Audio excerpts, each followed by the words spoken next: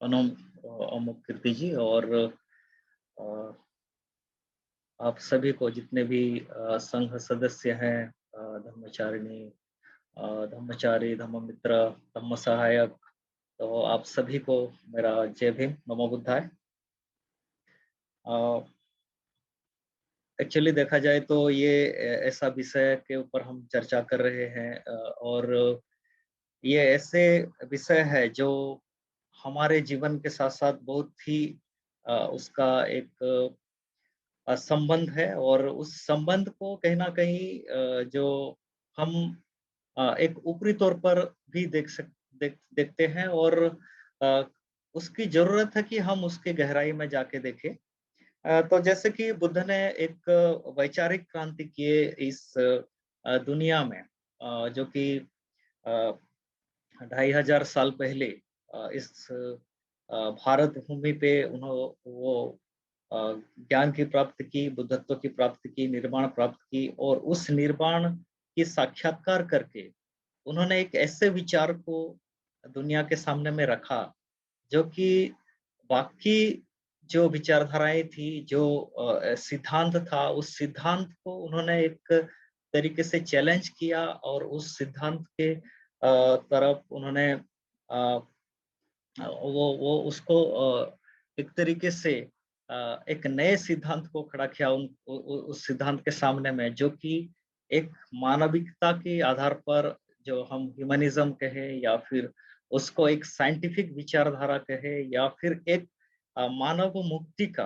विचारधारा कहें, उस विचारधारा को हमारे सामने रखे।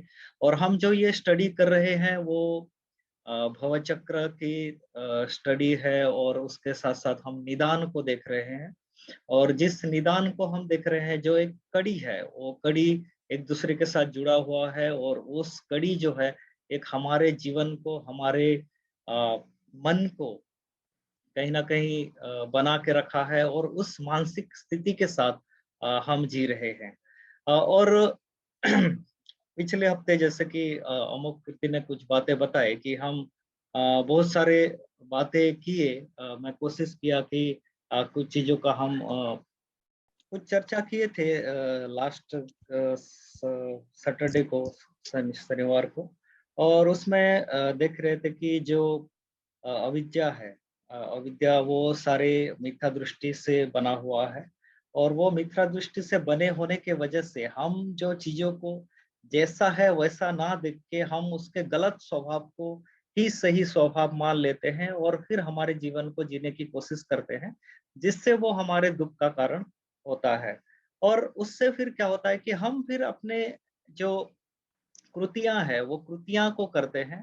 वो कृतियाँ हमारे एक तरीके से एटीट्यूड बन जाता है, हमारे स्वभाव बन जाता है, हमारे एक आदत बन जाता है, और हम उस आदत के साथ जीते हैं, जो कि एक हम देखते हैं कि वो संस्कार के रूप में, संस्कार के रूप में हम हमारे पास है। और ये क्या है कि ये हमारे भूतकाल के कारण है, जिसके वजह से हमारे एक मानसिक अवस्था हम बनाए हुए हैं, हमारे जो कृतियाँ हैं, जो शारीरिक हो, वाचिक हो और मानसिक हो, वो कृतियाँ हम दिन-ब-दिन कर रहे हैं। और अभी तक वो उस तरीके से कृतियों के साथ हम जीते आए हैं, और हम हमेशा एक कोशिश किए कि उसको बदलने की, उसको एक सही दिशा देने की भी हम कोशिश करते हैं। क्योंकि जब हम देखते हैं कि अविद्या और अविद्या के वजह से संस्कार उत्पन्न होता है, तो हम गलत को सही मानते हैं, और सही मान के फिर कृति करते हैं, और उसका परिणाम हमें होता है। तो अविद्या के वजह से हमें संस्कार का निर्माण होता है, और संस्कार के बाद हम देखते हैं कि जो तीसरा कड़ी है, वो है विज्ञान। और जो पहले अविद्या है, उसको कैसे चित्रित किया गया है कि वो एक अंधा व्यक्ति है और लाठी लेके चल रहा है। दूसरा इसमें हम देखते हैं कि संस्कार में एक जो कुम्हार है, वो कुम्हार जो है वो बर्तन बना रहे हैं, मिट्टी का बर्तन बना रहे हैं, और उसको एक आकार दे रहे हैं। उसी तरीके से हम भी अपने जीवन में अविद्या से क्या करते हैं कि हमारे जो संस्कार है उसको बनाने की कोशिश करते हैं। हम भी उस तरीके से बनते हैं और एक हमारे पर्सनालिटी बन जाता है कि हम कैसा हैं। हम किस तरीके से व्यवहार करते हैं, कौन से परिस्थिति में हम रिएक्ट करते हैं, कौन से परिस्थिति में हम दुखी होते हैं, कौन से परिस्थिति में हम आनंद लेते हैं। ये सभी चीजें क्या होता है कि वो संस्कारित होते हुए हमारे इसमें रहता है, हमारे व्यवहार में हम उस बात को देखते हैं। और तीसरे जब विज्ञान में आते हैं, विज्ञान को जिसको कि एक तरीके से भंते जी जो कहते हैं वो रिलिंकिंग कॉन्शियसनेस कहते हैं। मतलब है कि जोड़ने वाली ऐसी एक चेतना, ऐसी ये विज्ञान है जो कौन से जोड़ता है।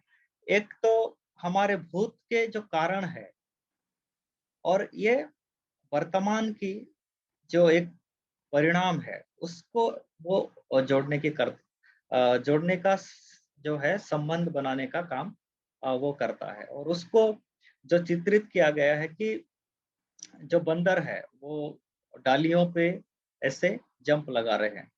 तो ये एक वो स्पार्क है जो छोटे अपना विज्ञान है, जो विज्ञान के की वो हमें एक तरीके से आया हुआ है और हम उसको लेकर फिर हमारे जो वर्तमान के जीवन है, उस वर्तमान के जीवन में हम चलते रहते हैं। तो ये क्या है कि एक हमारे जो भूत के कारण और वर्तमान के परिणाम के साथ का संबंध को वो वर्तमान के एक जो उसको इफेक्ट्स के साथ उसको जोड़ता है। और इसमें हम देख सकते हैं कि बहुत सारे चीजें जो है वो बौद्ध धम्म के तत्वों के साथ, बुद्ध धम्म के फिलोसफी के साथ वो चीजें उभर के आया है, जिसमें कि हम विज्ञानवाद बोल सकते हैं। विज्ञानवाद की तरह अभिधम्म में जो चीजें बताया गया है कि चित्त की और चित्त मात्रा की जो बातें हुआ है, उस बातों को भी हम देख सकते हैं। तो यहाँ पर हम जब विज्ञान को समझ रहे हैं तो हम कहीं ना कहीं एक जो कर्म सिद्धांत है जो बुद्ध ने हमें दिया है, या फिर हम उसको कह सकते हैं कि जो कर्म का नियम है वो हमें देखने की बहुत जरूरत है। तो जिस समय बुद्ध दुनिया को उनके जो दार्शनिक मत दे रहे थे और उस समय वो बता रहे थे कि किस तरीके से चीजें जो है वो एक दूसरे के साथ निर्भर है, एक दूसरे के साथ इंटरडिपेंडेंट है, ना कि वो कोई स्वयंभू है और ना ही उसका ऐसा है कि वो खुद ही खुद में सभी चीजें होता रहता है। और वो कहीं ना कहीं परिस्थिति जन्य है, परिस्थितियों के साथ एक चीज दूसरे चीज से मिला के और तीसरे परिस्थिति आके सभी चीजें मिल के कहीं ना कहीं वो एक चीजें जो है वो निर्माण होता है। तो यहाँ पर हम देखेंगे कि बुद्ध ने हमें बहुत ऐसा एक साइंटिफिक थॉट्स दिए, एक बहुत बड़ा वैज्ञानिक मत दिए, जिसको कि हम बोलते हैं कि पंच नियम, 5 नियम का उन्होंने दिए, जो कि हम देखते हैं कि उतु नियम है। मतलब जो मटेरियल वर्ल्ड है, वो मटेरियल वर्ल्ड किस तरीके से बदलता है, किस तरीके से वो निर्माण होता है, किस तरीके से वो ऋतु परिवर्तन हो या फिर किस तरीके से वो हमारे दिन और रात हो, उस नियम को वो बनाता है। वो नियम के तौर पर हम उसको देखते हैं। और दूसरी बात कि बीज नियम, जो कि बायोलॉजिकल लॉ हम बोल सकते हैं कि जो बीज है वो बीज से नीम का अगर बीज है तो वहां से नीम का पेड़ ही निकलेगा। अगर वहां पे आम का बीज है तो आम का पेड़ ही निकलेगा। वहां पर आपको कोई आम के पेड़ में नीम का पेड़ या नीम के पेड़ में आम का पेड़ नहीं आएगा। तो ये जो बीज का नियम है, और उसमें फिर एक तरीके से वो वहां पर क्या होगा कि वो एक उसका ग्रोथ होगा, उस ग्रोथ के साथ साथ वो फिर से आम हमें देगा, आम से फिर जो है वो जो है फिर फल होगा, फूल होगा, फल होगा, और फिर हम उसी आम को फिर देख सकते हैं। उस तरीके से वो जो बीज नियम है वो काम कर रहा है। मैं पूरे डिटेल्स में इस बात को नहीं रखना चाहूंगा। फिर हम देखते हैं कि चित्त नियम है। जो चित्त नियम है वो हम देखते हैं कि जो चित्त है वो चित्त हमारे पास होता है, हम उसको देखते हैं कि वो अलग-अलग तरीके से हमारी इच्छाएँ हैं, हमारी अ अ खाने का जो इंस्टिंक्ट है उसके साथ वो कहीं न कहीं होता है। हम थोड़े से मात्रा में कहीं न कहीं सोचते हैं, हम विचार करते हैं, हम पहचानने की कोशिश करते हैं। ये चीज़ें वहाँ पे होता है और फिर बाद में देखते हैं कि कर्म नियम है, जो कि जो पहले 3 नियम को भंते जी बताते हैं कि ये लोअर इवोल्यूशन है। ये सभी जो प्राणी मात्र है, उनके साथ होता है। और जब हम हायर इवोल्यूशन की तरफ आते हैं, उच्च उत्क्रांति की तरफ आते हैं, तो हमें कर्म नियम का साथ आगे बढ़ना होता है। और जो कर्म नियम है वो क्या है कि जो जैसा करेगा, वो उस तरीके का फल जो है वो पाएगा। हम अगर अच्छे कर्म करेंगे तो उसका रिजल्ट अच्छा होगा। अगर हम बुरे कर्म करेंगे तो हमारा जो रिजल्ट हमको मिलेगा वो एक दुखदाई होगा। तो अच्छे कर्म का रिजल्ट हमें जो है वो सुख हो सकता है और बुरे कर्म का रिजल्ट जो है हमें दुख हो सकता है। और फिर हम जब आगे देखते हैं कि जो है धम्म नियम है, जो सत्यता का नियम है, वो सत्य जो है वो होगा। जो सत्यता है वो दुनिया में है और वो सत्य क्या है कि सत्य जो है वो सत्य ही है। और ये इस तरीके से पंच नियम के माध्यम से हमें बुद्ध ने एक ऐसी सिद्धांत को दिया है जिस सिद्धांत के वजह से हम हर एक चीजों का जो है इंटरडिपेंडेंसी को समझ सकते हैं और हर एक चीजों को हम एक साइंटिफिक व्यू से उसको देख सकते हैं। और इसी के आधार पर हम जब आते हैं तो हमारे जीवन की तरफ हम जब आते हैं, देखते हैं कि हमारे जीवन में भी ये सभी नियम जो है वो लागू होते हैं। हमारे जीवन में भी ये सभी नियम लागू होते हैं और विशेष रूप से हम देखेंगे, तो जब हम संस्कार की तरफ आते हैं और संस्कार से विज्ञान की तरफ आते हैं, तो वहाँ पर हमें कर्म नियम जो है हमारे जीवन के साथ लागू होता है। क्योंकि कर्म वही होता है जो मन के ऊपर हमारे मन के ऊपर एक असर छोड़ के जाता है। वो असर जो है हमारे मन में बना हुआ होता है। जैसे हम देखेंगे अपने जीवन को, तो बचपन में हमें कुछ पता नहीं था कि हम किसको माँ बोलेंगे, किसको पापा बोलेंगे, किसको भाई बोलेंगे, किसको बहन बोलेंगे और किसके साथ हमारा संपर्क क्या होगा, ये पता नहीं था। हम जब जन्म लिए, लेकिन धीरे-धीरे जब हम बड़े हुए तो हमें कहीं न कहीं एक तरीके से संस्कार मिला कि किसको मम्मी बोलना है, किसको पापा बोलना है, किसको भाई बोलना है, किसको बहन बोलना है, किसके साथ किस तरीके से संपर्क बनाना है, कौन पड़ोसी है, कौन दोस्त है, ये सभी फिर हम पहचानने लगे। और पहचानने के बाद हमारे जो कुछ इच्छाएँ थी बचपन में, जैसे हम चॉकलेट को बस बहुत पसंद करते थे या जो अ दूसरे कुछ चीज़ें होगा टॉयज़ होंगे उसको हम पसंद करते थे। लेकिन धीरे-धीरे हम जब बड़े हुए तो हमारे जो इच्छाएँ हैं, हमारे जो पसंद है वो चीज़ें भी बदल गया। हमारे सोच में परिवर्तन आया और जो वो सोच कहाँ हुआ हमारे मन में कहीं न कहीं परिवर्तन आया। तो वो चीज़ों को हम अगर जब देखते हैं, तो हमारे जो हमारे जो विज्ञान है वो परिवर्तन होते-होते आ रहा है। हम जो बचपन में थे, वो आज नहीं है और जो बचपन में जो चीज़ें हमारे अंदर था, उससे हम कहीं भी पूरी तरीके से अलग भी नहीं है। इस बात को कर्म सिद्धांत के तौर पर हम जब देखते हैं, तो हमें वही जो हमारे अतीत की जो कृति है, हमारे जो संस्कार है, उस संस्कार से हमारे विज्ञान का जो संबंध है, उस संबंध को हम देख सकते हैं। तो हम जैसे समझ लीजिए कि मैं अगर मेरे कर्म अगर अकुशलता से भरा हुआ, मेरे कर्म अगर द्वेष से होके, प्रेरित होके मैं कृत्य किया, तो किसी को मैंने मारा। समझ लीजिए कि मेरा झगड़ा हो गया और मैं किसी को मारा। तो उस मारने के कृति से मेरे मन के ऊपर जो असर हुआ, वो अभी भी होता है। वो पूरी तरीके से मैं उसको नहीं निकाल पाता। क्योंकि मैं जो कृति करूँगा, उस कृति मेरे मन के ऊपर उसका असर होगा। मैं सोचूँगा, मैं उसके ऊपर बार-बार जो मुझे एक तरीके से वो परेशान करेगा और वो उसी एक मानसिक अवस्था के साथ मैं रहूँगा।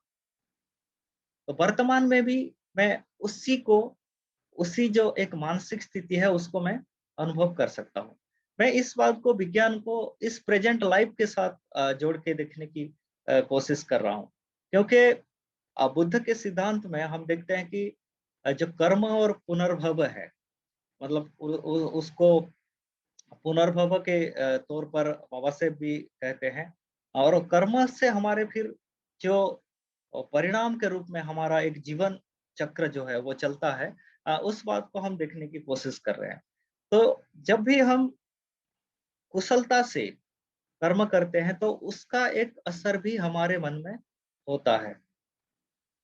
तो कुशलता से भी हमारे जो कुशल कर्म से भी हमारे मन में असर होता है और अकुशल कर्म से भी हमारे मन में असर होता है।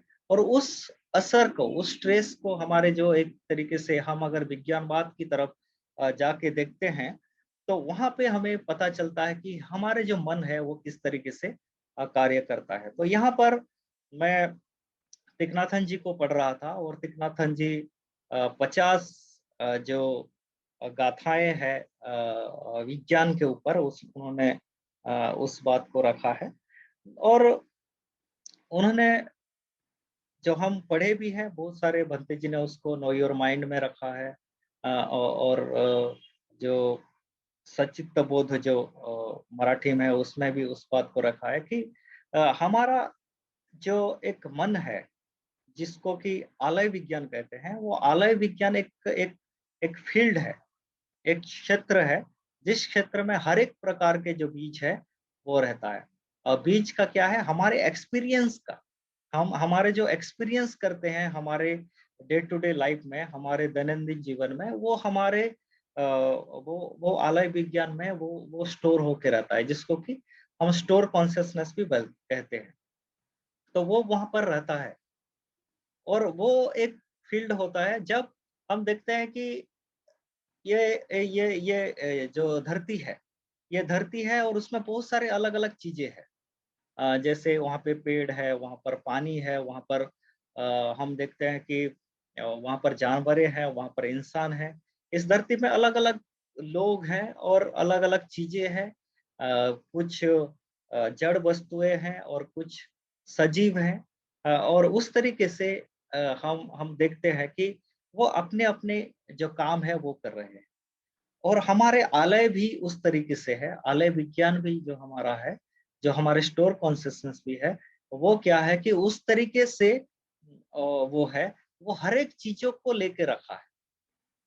हर एक चीज़ों को वो उसके वो पकड़ के रखा है। वहाँ पे वो चीज़ें जमा होके है और वो क्या कर रहा है, उसको जब उसके हिसाब से खाद मिलता है, तो वो फिर क्या करता है कि वो ऊपर आता है और वो हमारे कर्म के रूप में वो हम हमारे सामने वो प्रकट होता है।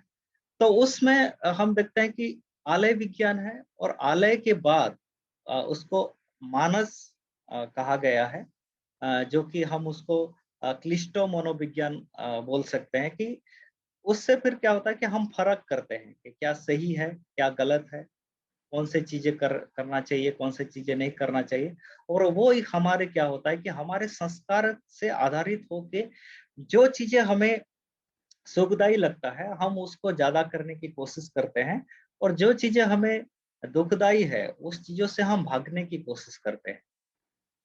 तो इस तरीके से हमारा जो मन है, वो कहीं न कहीं कार्य करते रहता है और ये जो हम बोलते हैं कि मानस है या फिर जो क्लिष्टो मनोविज्ञान है, उस क्लिष्टो मनोविज्ञान को हम अलग-अलग तरीके से देख सकते हैं। और वो क्लिष्टो मनोविज्ञान को अगर हम देखेंगे, तो जैसे कि ये क्या है कि ये सभी कुशल और अकुशल का एक ग्राउंड है, जहाँ पर हमारे कार्य करने की प्रक्रिया जो है वो होता रहता है। और आलय को जो है वो तिकनाथन जी बताते हैं कि ये आलय जो है ये एक तरीके से समंदर है, और वो समंदर में बाकी जो हमारे साथ विज्ञान है वो क्या है कि वो वेव्स की तरह है। मतलब वो क्या बोलेंगे, लहरें हैं, जो लहरें की आते हैं जाते हैं। और वो लहरें जो है हमारे विज्ञान के साथ साथ जो आलय हो और क्लिष्टो मनोविज्ञान है, और फिर हमारा जो रूपांतरित होता है वो जो है मन में होता है, और फिर हमारे जो इंद्रियों के साथ इंद्रियोजन्य विज्ञान जो है उसमें वो चीजें हमें दिखाई देता है। तो हम जब देख रहे हैं कि इसमें हमारे जो एक पुनर्भव की प्रक्रिया जो है विज्ञान के साथ हमें आता है, और हम देखते हैं कि जब हम प्रेजेंट लाइफ के साथ अगर देखेंगे तो प्रेजेंट लाइफ में हमारे परिवर्तन होते होते जो आया है, हमारे विज्ञानों में भी बदलते बदलते हम यहाँ तक पहुंचे हैं, यहाँ पर रखे हैं, और अभी हम जो कर्म करेंगे उसका परिणाम हमारे कल के लिए होगा। तो ये जो विज्ञान है ये विज्ञान कांस्टेंट नहीं है। ये सुबुद्धि जी भी बताते हैं कि विज्ञान जो है वो स्थिर नहीं है, ये क्या है कि परिवर्तन हो रहा है। कभी कभी ये एक भ्रम धारणा होती है कि जो विज्ञान होता है वो उसको एक ब्राह्मणवाद में ये कहा जाता है कि ये आत्मा के साथ तुलना की जाती कि जो आप उसको विज्ञान बोल रहे हो हमारे पास आत्मा है। तो ये ऐसा नहीं है, क्योंकि आत्मा के स्वभाव को हम जानते हैं कि वो कभी मर नहीं सकता, उसको जलाएंगे तो जल नहीं सकता। वो केवल क्या करता है कि एक शरीर से दूसरे शरीर में वो प्रवेश करता है। मतलब एक शरीर जैसे कि कपड़े चेंज होता है उस तरीके से आत्मा, यही कहते हैं कि आत्मा शरीर बदलता है। ये जो है ब्राह्मणी कर्म सिद्धांत का जो है वो विशेषता है या उनके वो सिद्धांत है। तो हम जब वो बुद्धिस्ट जो है बौद्ध कर्म सिद्धांत को हम अगर देखेंगे तो वहां पर बाबा साहेब जो बुद्ध और उनके धर्मों में कहते हैं कि ये कर्म के वजह से हमें परिणाम तो होता है, लेकिन कर्म के साथ साथ हमारे जो पुनर्भव है उस बात को अगर हम देखेंगे तो वहां पर बहुत सारे चीजों को हमें देखने की जरूरत है। पहली बात यह तो है कि जो लॉ ऑफ कर्म है, जो कर्म नियम है, वो ब्राह्मणिकल सिद्धांत में क्या होता है कि आपका जो अतीत का जीवन है, अतीत में जो आप कार्य किए हो उसके वजह से आपका ये वर्तमान जीवन है।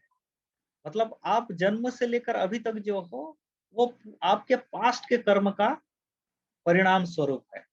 तो अभी के जीवन में जो आप पास्ट में किए हैं या कल आप जो किए हैं उसका असर आपके ऊपर नहीं है, ये इससे हम जान सकते हैं। लेकिन बौद्ध कर्म सिद्धांत ये कहता है कि आपका हर एक मोमेंट में जो विज्ञान का परिवर्तन हो रहा है, आपके मन में परिवर्तन हो रहा है, उससे आपका बदल हो रहा है, और ये आपके कर्म के वजह से वो तो होता रहता है। तो उस तरीके से हम जब देखेंगे तो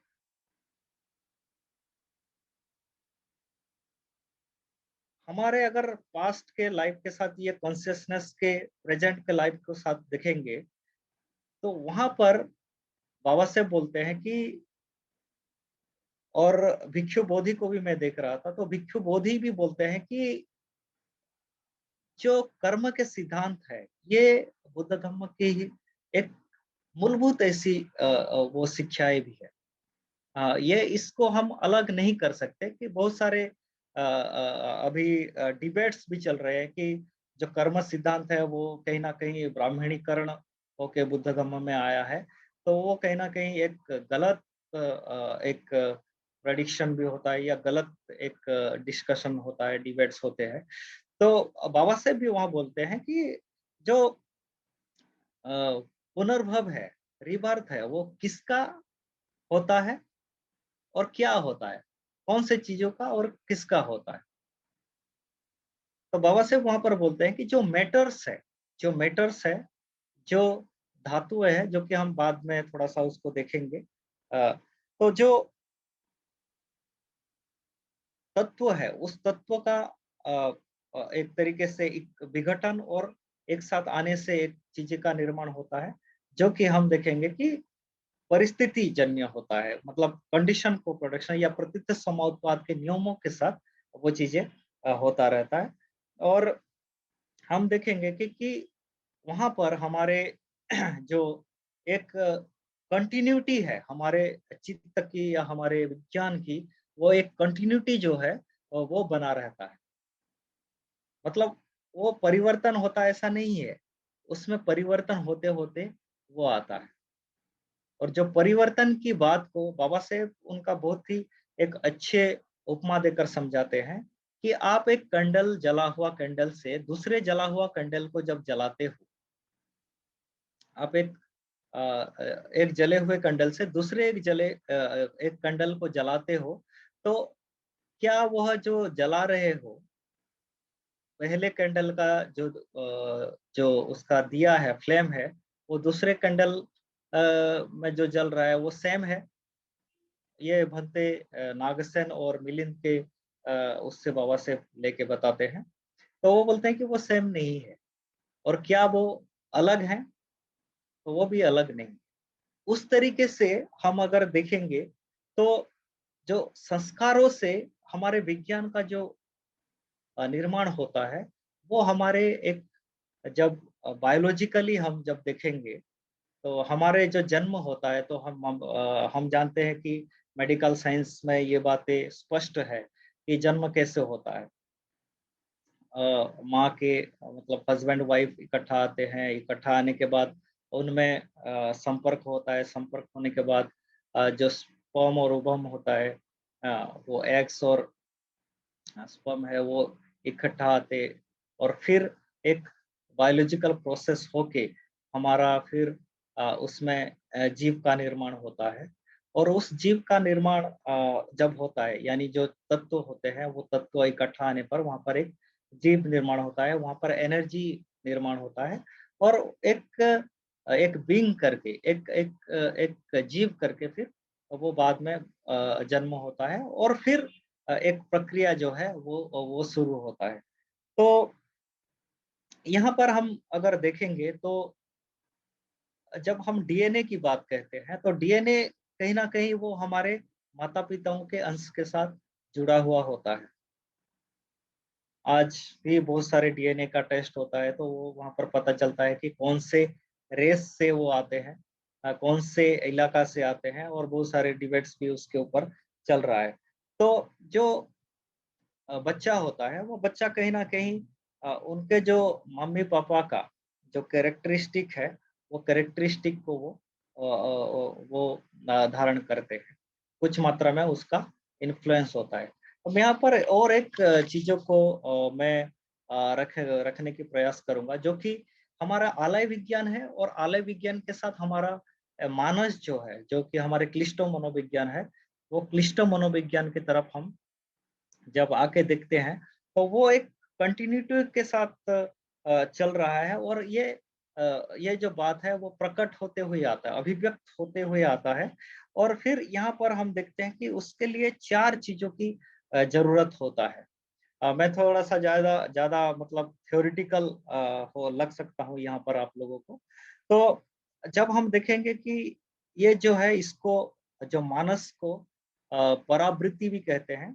और ये हमारे जो आलय है, इसके वजह से ये चीजें निर्माण होता है।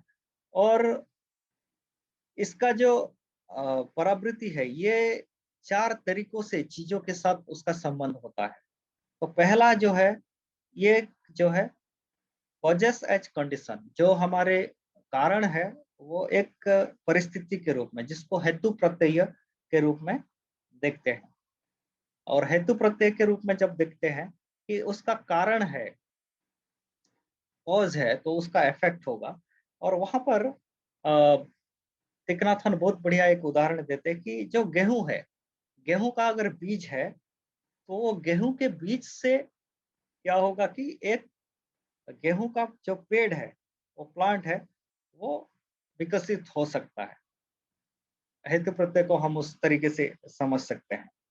और फिर दूसरा जो है वो अधिपत्ति प्रत्यय। और अधिपत्ति प्रत्यय क्या है कि वो है कि जो एक कंडीशन फॉर डेवलपमेंट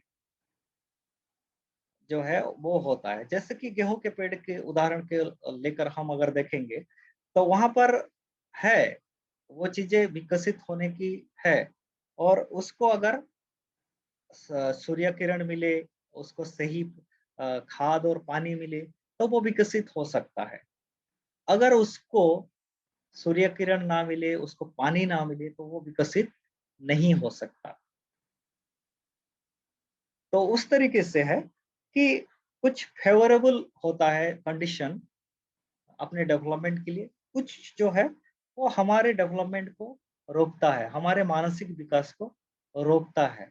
और हम इस बात को देख सकते हैं कि हमारे जीवन में कौन से चीजें हैं जो कि हमें रोक सकता है, हमारे मानसिक विकास के लिए रोक सकता है, और कौन से ऐसी चीजें हैं जो हमारे मानसिक विकास को बढ़ावा दे सकता है। तो ये जो है ये परिस्थिति हम देख सकते हैं यहाँ पे कि दूसरे जो है कि अधिपति प्रत्यय। और फिर तीसरी बात जो है कि ऑब्जेक्ट एज कंडीशन, मतलब आलम्बन प्रत्यय है। तो जो ऑब्जेक्ट होता है वो हमारे जो हम बोलेंगे कि हम है, ये हम सब्जेक्ट है, एक मैं हूँ।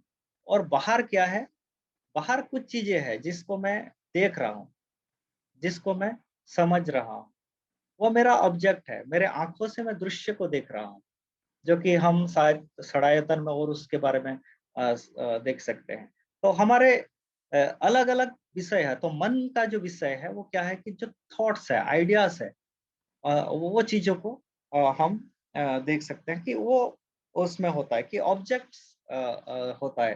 तो वो आलंबन होता है वहां पे। और इसमें एक बहुत बढ़िया उदाहरण वो देते हैं कि जब अनाथ पिंडक जो है वो बुद्ध के संपर्क में नहीं आए थे, और उस समय अनाथ पिंडक जो है उनका जो ब्रदर इन लॉ है, उसको हिंदी में क्या बोलते हैं मुझे पता नहीं। तो वो उनसे बुद्ध के बारे में सुनते हैं, बुद्ध के गुणों के बारे में सुनते हैं। और वो उनको उनको बुद्ध के प्रति बहुत गहरी श्रद्धा होता है। और वो बुद्ध को एक तरीके से अपने मन में वो एक ऑब्जेक्टिफाई करते हैं, उसको बनाते हैं कि बुद्ध मतलब कितने सुंदर हैं, कितने अच्छे हैं। और तब तक वो बुद्ध को मिले हुए नहीं होते। तो फिर क्या होता है कि जब वो बाद में बुद्ध को मिलते हैं, तो उनका वो एक रियलिटी में आता है कि बुद्ध कैसे हैं, वो उनको देखते हैं। फिर हम देखते हैं कि चौथे प्रकार का जो कि समानांतर प्रत्यय, मतलब समानांतर जो प्रत्यय है, ये क्या है कि ये the condition of immediate continuity, मतलब तुरंत उसका जो है वो कंटिन्यूटी में रहता है। वो ऐसा नहीं होता कि जैसे वो बिछड़ गया, हम्म, तो वो ऐसे हो गया कि स्टॉप हो गया, ऐसा नहीं है। तो वो कंटिन्यूटी है। और कंटिन्यूटी का अगर हम उदाहरण के रूप में देखेंगे तो एक पानी है, एक नदी है, जो उसका निरंतर प्रवाह होता रहता है। अब उसके पानी को रोकने की भी कोशिश करेंगे तो वो कहीं ना कहीं नीचे की तरफ बह के वो जाता है। तो उस तरीके से हम देखते हैं। तो जो हमारे मानस है, हमारे क्लिष्ट मनोविज्ञान में ये चीजें घटित होता है, ये चीजों को वो जो है वो कार्य करते रहता है। और फिर हमारा जो है जो मन है, वो जब चौथे महीने होते हैं माँ के गर्भ में जो अ, होता है, तो एक जीव का विकसित होता है। और वो जीव में क्या होता है कि वो फिर इंद्रिय जो है वो होता है, और इंद्रिय के रूप में फिर वो एक जीव के रूप में हम देखते हैं, एक पूर्णांग ऐसे एक डेवलप एक एक बच्चे के रूप में हम उसको देखते हैं। तो ये चीजों को जब ब्राह्मणी सिद्धांत के साथ अगर देखेंगे तो हमें बहुत सारे कन्फ्यूजन आते हैं। कुछ लोग इसको गलत तरीके से मानते हैं, जो कि बाबा से भी इस बात को बताते हैं कि जैसे कर्म का जो परिणाम है हमारे मन के ऊपर हो सकता है, और हम फिर कैसे एक तरीके से हमारे जीवन को हम जीते हैं। तो बाबा साहेब निश्चित तौर पर यहाँ पर जो है वो एक कंटिन्यूटी की बात को हमें दिखाते हैं, और बुद्ध भी हमें एक जो है विज्ञान का कंटिन्यूटी जो है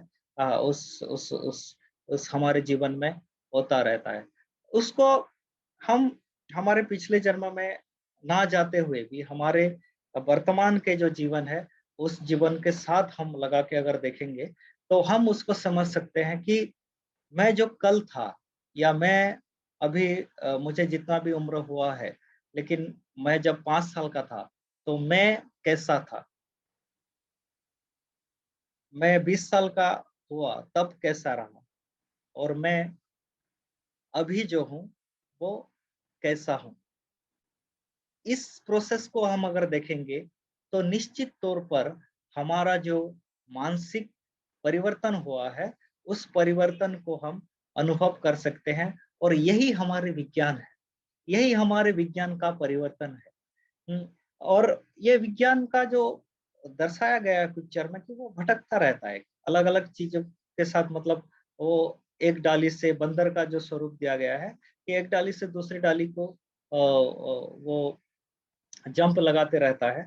तो उस तरीके से हम अगर देखेंगे, तो हमारे जो कर्म के वजह से हम भी क्या कर रहे हैं, कि कोशिश कर रहे हैं चीज़ों को पाने के लिए, कोशिश कर रहे हैं चीज़ों को पाने के लिए। जैसे कि छोटा बच्चा होता है, और छोटा बच्चा न उसको पता नहीं होता है कि वो आग का गोला होता है, आग का वो लकड़ी का जला हुआ, और उसको बहुत बढ़िया सुंदर दिखता है, क्योंकि वो लाल-लाल बढ़िया दिखता है, तो उसको जाके वो पकड़ लेता है ना?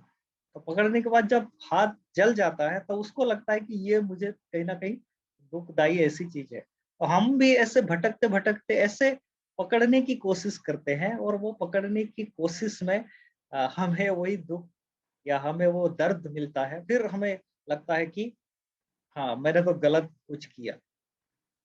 हम वो बातों को समझ नहीं पाते, क्योंकि हम वही अज्ञान के वजह से हमारे मन में संस्कार हो गया है, और संस्कार से फिर हमारे क्या है, कि हमारे मनोवस्था भी उस तरीके से है, तो हम उस तरीके से जीने की कोशिश करते हैं, और वो हमारे एक मन का स्वरूप होते-होते वो चीज़ें होता है, क्योंकि हम जो है वो एक तरीके से चिपके हुए हैं। तो यहाँ पर और एक जो है वो मानस को बताने के लिए मैं क्लिष्टो मनोविज्ञान के तौर पर और एक जो स्टोरी है उसको बताऊँगा, कि एक आदमी होता है, और वो उसका एक बच्चा होता है। वो बच्चा मतलब ज़्यादा छोटा नहीं होता, होशियार होता है। तो एक दिन क्या होता है कि वो घर छोड़ के बाहर चला जाता है कुछ दिनों के लिए, और फिर क्या होता है कि वो जब बाहर चला गया होता है, तो उस समय ऐसा होता है कि उसके घर में गुंडे आते हैं, डकैत आते हैं, और वो डकैत आके क्या करते हैं कि उसका जो घर है, उस घर को जला देते हैं और चले जाते हैं। तो जो आदमी है वो आके देखता है कि घर जला हुआ है, और जले हुए घर में अ कुछ जगह पे उसके जो बच्चे का कुछ कपड़े हैं, कुछ चीज़ें हैं, वो जला हुआ होके पड़ा हुआ है। तो उसको लगता है कि उसका बच्चा मर गया है उसी में, तो वो क्या करता है, उसी राख को लपेट लेता है, और उस राख को रखते हुए वो घूमता है, और फिर कुछ दिनों के बाद वो अपना खुद घर बना के रहता है। और कुछ समय के बाद क्या होता है कि उसके बच्चे को वो गुंडे जो है, डकैत जो है, वो उठा के ले गए होते हैं। तो वो वहाँ से छूट के, जैसे-तैसे करके छूट के, वो क्या करता है, वो उसके पिताजी जहाँ रहते हुए हैं वहाँ आता है, और रात को उनके पिताजी के जो दरवाजा है उसको नॉक करता है, और नॉक करते करता है कि और बोलता है कि पापा मैं आया हूँ। तो वो बोलता है तो मेरे बेटा तो मर गया है, मेरा बेटा और आग में जल के मर गया। तो वो ये कन्विंस करता है कि मैं जिंदा हूँ, मैं आपका बेटा हूँ। लेकिन वो क्या करता है, वो जो अ, उसके पिताजी हैं, वो पिताजी एक्सेप्ट करने के लिए तैयार नहीं हो। वो ऐसे लगता है उनको कि मेरा तो बेटा तो मर गया है, तो फिर कैसे ये आएगा? ये कुछ गलत चीज़ें हैं या कोई गलत आदमी है जो मुझे ऐसे मज़ाक कर रहे हैं या ऐसे बोल रहे हैं। लेकिन वो कोशिश करता है और फिर बाद में वो लड़का जो है, वो चला जाता है। और यहाँ पर जो बात है वो बताते हैं कि हमारी भी जो बातें हैं उस तरीके से है। हम अपनी मनोवस्था में चीज़ों को ऐसे पकड़ लिए होते हैं कि हमें दूसरे चीज़ों की, दूसरे पॉसिबिलिटीज़ की जो रियलिटी है, उस रियलिटी को समझने की हमारे पास कहीं न कहीं ताकत नहीं होता। हमारे मानस में, हमारे क्लिष्टो मनोविज्ञान में हम इस तरीके से फँसे हुए हैं कि हम जो सही है, उस सही को नहीं समझ पाते और वहाँ पर हमारे लिए एक पॉसिबिलिटीज़ होता है नॉट अटैचमेंट की। हमारे जो दृष्टि है, वो जो दृष्टि है, उस दृष्टि से दूर जाने की, जो कि हम नहीं कर पाते। उस आदमी की तरह जो अपने बेटा को भी पहचान नहीं सका, उसकी बात को भी नहीं जान सका। तो हमें सत्य भले ही हमारे सामने में आके दिखाई दिए, लेकिन हमारे क्या होता है कि हमारा एक डिल्यूडेड मन, हमारा एक संभ्रमित मन है, हमारे स्पष्टता ना होने की वजह से हम क्या करते हैं कि उसी सत्य को पहचान नहीं पाते और भले ही पहचानते हैं लेकिन उसको पकड़ने की हमारे पास कोई जरिया नहीं होता, हम उसके साथ रह नहीं पाते। तो उस तरीके से हमारा जो मानस है, क्लिष्टो मनोविज्ञान है, उसमें बहुत सारी चीजें ऐसे घटित होता है और हम जब देखते हैं कि हम एक जीव करके जब हम आ रहे हैं, तो वहां पर फिर क्या है कि हम अपने कार्य करने की बात है, हमारे जो इंद्रिय की जो चेतना है या विज्ञान है, उसका वो एक तरीके से निर्माण होता है, उस चीज़ को वो वहाँ पर काम करता है। तो यहाँ पर हम देख रहे हैं कि जो 8 प्रकार के विज्ञान है, तो पहले आलय है, उसके बाद क्या है कि क्लिष्टो मनोविज्ञान है और क्लिष्टो मनोविज्ञान की वजह से हम एक संभ्रमित अवस्था में जीते हैं और वो संभ्रमितता जो है, हमें फिर क्या करता है कि हमारे जो अभिव्यक्ति है, वो मैनिफेस्टेशन जो है, वो मैनिफेस्टेशन के रूप में फिर हम जो छोटे मात्रा में जो हमको एक हमारे अतीत के, भूत के जो संस्कार से हमारे विज्ञान को जो एक मिला है, हमारे आलय से जो हमने एक पुनर्भव या जन्म को लिया है, उससे फिर क्या हो रहा है कि हम फिर एक पूर्णांग विकसित एक इंसान करके आ रहे हैं, जो कि हम उसको बोल सकते हैं कि हमारे नाम रूप में हम आ रहे हैं, जो कि हमारे चौथे कड़ी है। और उसको ऐसे बताया गया है चित्र में कि वो क्या है कि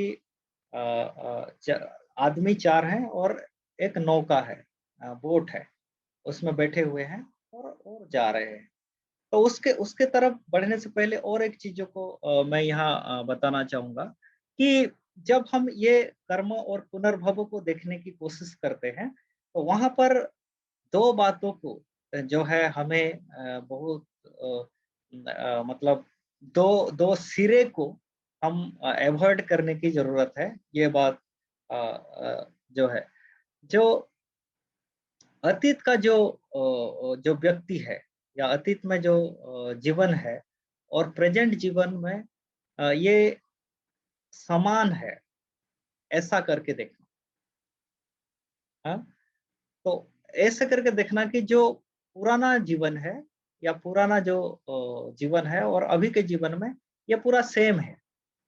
ये एक सिरा हो सकता है और दूसरा सिरा क्या है कि दूसरा सिरा ये है कि जो प्रीवियस लाइफ है, खुद के जीवन है, और जब प्रेजेंट का जीवन है, वर्तमान का जीवन है, वो पूरी तरीके से अलग है। एक तो समान है और एक तरफ पूरी तरीके से अलग है। ये चीज़ों को हमें जो है ये कहीं न कहीं उसको अवॉइड करना है, उसको नहीं करना है। तो जो जो चीज़ें क्या है कि ये चीज़ें कंटिन्यूटी है, मतलब विज्ञान जो बता रहा है हमको कि विज्ञान जो है वो निरंतर गतिशील है, परिवर्तन हो रहा है। वो परिवर्तन अलग-अलग तरीके से होता है, लेकिन उसका कंटिन्यूटी है। तो ये दोनों चीज़ों को हमें ध्यान रखना पड़ेगा। और फिर हम जब आते हैं कि विज्ञान के वजह से, और विज्ञान के वजह से हम नाम रूप रूप का उत्पत्ति होता है। और ये जो नाम रूप का उत्पत्ति होता है, हम देखते हैं कि नाम जो है वो क्या है कि मन है, और फिर जो रूप है वो हम देखते हैं कि एक एक फॉर्म है जो हम देखते हैं, और वो क्या है कि हमारे अ, पृथ्वी, आप, तेज, अ अ वायु, इस धातु के रूप में हम उसको देखते हैं। और ये हमारा जो मन है, ये हमारा मन जो है अभी बनता है, और हम 6 इंद्रियों के साथ ये हमारा जो उसके कॉन्शियसनेस है, ऐसे करके हम 8 जो ऐसे विज्ञान के साथ हम जीवन जीते हैं। तो नाम रूप में हम जब आते हैं, तो यहाँ पर हम देखेंगे कि आनंद जो है वो सॉरी नागसेन जो है वो मिलिंद राजा मिलिंद के साथ संपर्क करते हुए बात करते हैं, और उसमें ये बताते हैं कि जो नाम रूप है वो किस तरीके से सामने में आता है। तो वो बोलते हैं कि जो दही है, इस जो दही है, घी है और दूध है, इसमें क्या संबंध है? उसमें वो देखते हैं कि जो दूध से दही है, दही से घी है, तो उस तरीके से वो बना हुआ है। तो दही जो है वो दूध है क्या? या दूध जो है वो दही है क्या? या घी जो है वो दही है क्या? वो कर्ड है क्या? तो ऐसा नहीं है। तो यहाँ पर फिर जो बातें होता है कि ये कंटिन्यूटी की बात यहाँ पर भी जो मिलिंद राजा मिलिंद को भट्टनागसन जी बता रहे हैं। तो उस तरीके से हमारे नाम रूप होता है, विज्ञान के वजह से हमारे नाम रूप होता है। और हम अगर देखेंगे तो ये जो हमारे अ, अ, रूप को हम अगर एलिमेंट्स जो है पृथ्वी, आप, तेज, अ, अ, वायु के रूप में अगर देखते हैं, तो वो चीजें इकट्ठा आके, जो बाबा से भी बोलते हैं कि ये धातु का विघटन होता है, और ये धातु फिर इकट्ठा आने से एक नए जो है वो निर्माण होता है। और फिर हमारे नाम रूप नाम में हम देखेंगे तो हमारा एक जो विज्ञान है, वो माइंड है, वो वहाँ पर होता है। और उसके साथ-साथ हम देखते हैं कि जो पंचस्कंद है, इसका हम यहाँ पर देखते हैं। वो स्कंद हमारे पास आता है, जो कि हम वेदना को देखते हैं, क्योंकि रूप के होने से हमें स्पर्श होता है, और स्पर्श की वजह से हमें जो है वेदना होता है। यहाँ पर हम आगे चलकर उस बातों को दूसरे जो हमारे कड़ी है उसमें उस बात को देखेंगे। हमारे संज्ञा उत्पन्न होता है, वहाँ पर संज्ञा हम देखेंगे। वहाँ हमारे संखारा और विज्ञान रहता ही है, क्योंकि वो कंटिन्यूटी में हमारे पास आता रहता है। और उस तरीके से हमारा फिर क्या होता है कि हम एक एक जो है एक जीव के तौर पर हम उभर के आते हैं। हमारा एक प्रकार का जीवन जो है, जीवन चक्र हमारा अ, गतिमान होता है। हम अ, एक उत्पन्न होते हैं। तो ये जो चीज़ें हैं विज्ञान से नाम रूप का होना, ये हम देखेंगे तो जो विज्ञानवाद है, श्रावस्तीवाद है, उसमें इसका विशेष रूप से इसको एक्सप्लेनेशन किया गया है और हम जो है बुद्ध धम्म के इस निदानों के साथ जब हम देख रहे हैं इस बात को, तो अ, तो ये बातें जो है क्या है कि मैसेज आ रहे हैं मुझे कुछ थोड़ा सा, तो हम देख रहे हैं कि ये धातु और ये हमारे जो स्कंद है, ये स्कंद के रूप में हम एक जीव के तरीके से हम उभर के आते हैं और फिर हमारा जो है जो कृति है उस कृति का या हमारे संस्कार का और हमारे जीवन का फिर हम उसको प्रतिमान देते हैं, जो आगे चल के हम उस बात को और देखेंगे। तो ये जो चारों निदान है, ज्ञान है, अविद्या है, संस्कार है, विज्ञान है और नाम रूप है, ये हमें हमारे जो स्थिति है, वो स्थिति को हमें दर्शाता है, जो भंते जी कहते हैं। उर्गेन संगरखी जी जो हमारे गुरु हैं, वो उस बात को दर्शाते हैं कि हम ये जो जीवन है, इस जीवन में हम रहते हैं और ये हमारे जीवन के साथ एक ऐसे एक सांसारिक स्थिति को निर्माण करके रखा है कि हम उसमें एक ऐसी दुनिया है जो दुनिया की इम्परफेक्ट है, मतलब कोई चीजें जो है वो परफेक्ट नहीं है और अनसेटिस्फैक्टरी है, मतलब हम असंतुष्ट हैं और ऐसे जीवन में जी रहे हैं, ये इस चीजों के होने से और हमारा लाइफ वैसे ही हम उसको गतिमान करने की कोशिश कर रहे हैं, हम उसमें जीने की कोशिश कर रहे हैं और इस जीने की कोशिश में हमारा एक जो शुद्ध मन है, उस शुद्ध मन को हम कहीं न कहीं नहीं समझ पाते। उस शुद्ध मन का जो स्वभाव है, उस स्वभाव को हम जो है पकड़ नहीं पाते। जो उसका शुद्ध स्वभाव जो है, वो तथता कहते हैं अपने विज्ञानवाद की भाषा में कि सचनेस जो है, वो है, जो शुद्ध है, उसका सच्चा स्वरूप शुद्ध है। लेकिन उसमें क्या है कि अलग-अलग चीज़ों से वो क्या है, पॉल्यूटेड है या फिर उसको डिल्यूटेड है, जो गलत तरीके से संस्कारित हुआ है। तो उस चीज़ों से हमें ऊपर आने के लिए हमारे मन के ऊपर हमें कार्य करने की ज़रूरत होता है।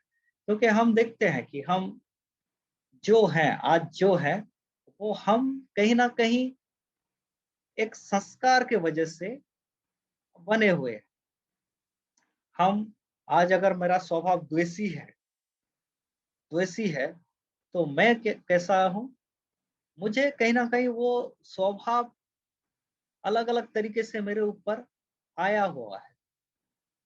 मुझे कहीं न कहीं बताया गया है कि आप कैसे व्यवहार करना चाहिए। ये जो समाज में रहते हो, यहाँ पर कैसे आप बर्ताव करो लोगों के साथ।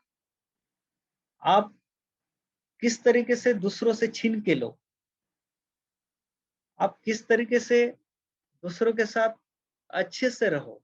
ये दोनों चीज़ें जो अच्छाई भी है और बुराई भी है, वो कहीं न कहीं हमको इस समाज से जहाँ रहते हैं उस परिस्थिति से हमें मिला हुआ है और हम उससे क्या है कि वो उससे बहुत ज़्यादा संस्कारित होके हमारे जो शुद्ध मन है, वो शुद्ध मन जो है उसको पहचान नहीं पाते और बुद्ध धम्म की हम मुझे लगता है कि हम इस निदान को जब समझने की कोशिश कर रहे हैं, तो निदान को समझने की कोशिश करना मतलब हम एक ऐसे दृष्टिकोण को अपने अंदर निर्माण करना, जो दृष्टिकोण की हमें सच्चाई बताए, जो सच्चाई की यूनिवर्सल ट्रूथ है, वैश्विक सत्य है, उस वैश्विक सत्य को हमें प्रदान करे, उसको हम समझे, चीज़ों के सच्चे स्वभाव को समझे और उस चीज़ों के सच्चे स्वभाव को समझने के वजह से फिर हमारे अंदर की जो एक बात मैं फिर क्लिष्टो मनोविज्ञान के साथ कहूँगा कि वहाँ पर सो की एक निर्माण हम देखते हैं कि वो फ़र्क करता है सो के साथ, कि ये मैं हूँ और वो दूसरे हैं। ये मेरा है और वो दूसरे का है। तो ये जो चीज़ें हैं वो कहीं न कहीं उसको हम ट्रांसफ़ॉर्म कर सकते हैं अगर सही स्वभाव को जान सके और हमारे जो कर्म है, उस कर्म को हम शुद्ध कर सकते हैं। और कर्म को शुद्ध करने का तात्पर्य यही है जो मैं बाबा साहेब बोलते हैं उस बात को कहूँगा कि जो धर्म जो कहते हैं धम्म जो जिस बात को बाबा साहेब कहते हैं कि दुनिया के जो कर्म का जो मोरल ऑर्डर है उसको बनाए रखना ये धम्म है। मतलब जो नैतिक क्रम है उसको बना के रखना और यही एक बौद्ध की जिम्मेदारी होता है। एक बौद्ध व्यक्ति करके हम उस बात को समझने की ज़रूरत है ताकि हम उस नैतिक क्रम को हम बना के रखें और फिर हम जो है वो मन की जो सत्यता है ये जो शुद्ध मन को हम क्या है उसको उसको प्राप्त कर सके और तभी जो होगा वो शुद्ध मन जो होगा हमारा क्या होगा कि हम निर्वाण का साक्षात्कार खुद कर सकते हैं। वो हमारे एक्सपीरियंस बन सकता है, वो हमारे एक जीवन बन सकता है जिसमें कि हम एक निर्वाण का साक्षात्कार कर सकते और जिस जो बुद्ध ने प्राप्त किया था, उस चीज़ों को हम प्राप्त कर सकें।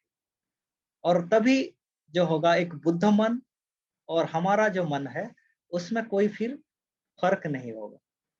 हम हमारा मन जो है वो बुद्ध के मन हो जाएगा और यही जो है वो बुद्ध की जो प्रतीत समुत्पाद के तौर पर हमें धम्म दिए हैं, वो धम्म को समझने की ये एक वो सही रास्ता हो सकता है ऐसा मैं मानता हूँ, ऐसा मुझे समझ में आता है।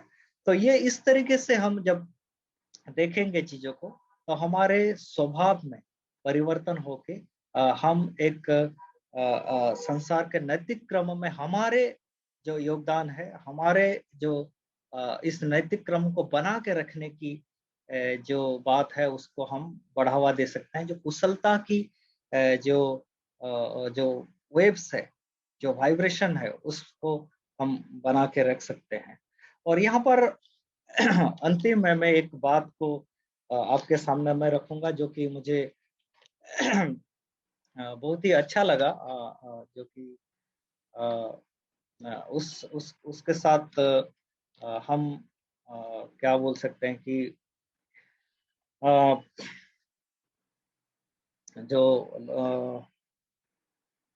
रिचर्ड गॉम्ब्रिज है, जो कि बुद्धिज़्म का बहुत अध्ययन किए, ऑक्सफोर्ड यूनिवर्सिटी में उन्होंने पढ़ाई किए और उन्होंने जो बातें कही उस बात को मैं कहते हुए मैं आज की इस प्रवचन को अ,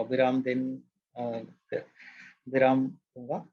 तो वो कहते हैं कि जब मैं कहता हूँ कि मैं एक बौद्ध हूँ, मेरा हृदय असीम ऐसी कृतज्ञता से भर जाता है। जब मैं कहता हूँ कि मैं एक बौद्ध हूँ, मेरा हृदय असीम ऐसी कृतज्ञता से भर जाता है, यह सोचकर कि मैं एक मनुष्य करके जन्म लिया हूँ। यह सोचकर कि मैं एक मनुष्य करके जन्म लिया हूँ और मेरे पास संधि उपलब्ध है कि विद्वान शिक्षकों के साथ मैं आचरण कर सकूं एवं बुद्ध की शिक्षाओं को सुन सकूं। फिर वो कहते हैं कि मैं गहराई से उनके कार्मिक आत्मीयता से प्रभावित हुआ हूँ। यानी वो बोलते हैं कि बुद्ध की जो कार्मिक आत्मीयता है, वो जो कर्म की सिद्धांतों का सिग्निफिकेंस है, उस बात को वो बताते हैं। और फिर कहते हैं कि जब मैं यह कहता हूँ कि मैं बौद्ध हूँ, ऐसा इसलिए नहीं कि बाहर कोई ईश्वर है, किंतु मैं अपने अंदर की बुद्ध स्वभाव को खोज पाया हूँ। तो भाइयों और बहनों, मैं अंतिम में यही कहूँगा कि हम अपने जो बुद्ध स्वभाव है, अपने अंदर की जो बुद्ध मन है, उस बुद्ध मन की खोज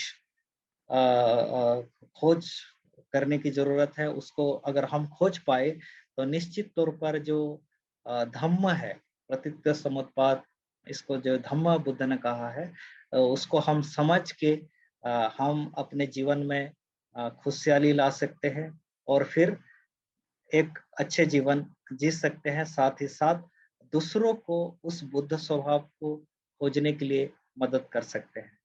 तो मैं यहाँ पर जो नागपुर बुद्धिस्ट सेंटर है और सभी लोगों का आभार मानता हूँ, जिन्होंने मुझे यह संधि दिया कि मेरे जो विचार है आप लोगों के सामने में मैं बाँट सकूँ।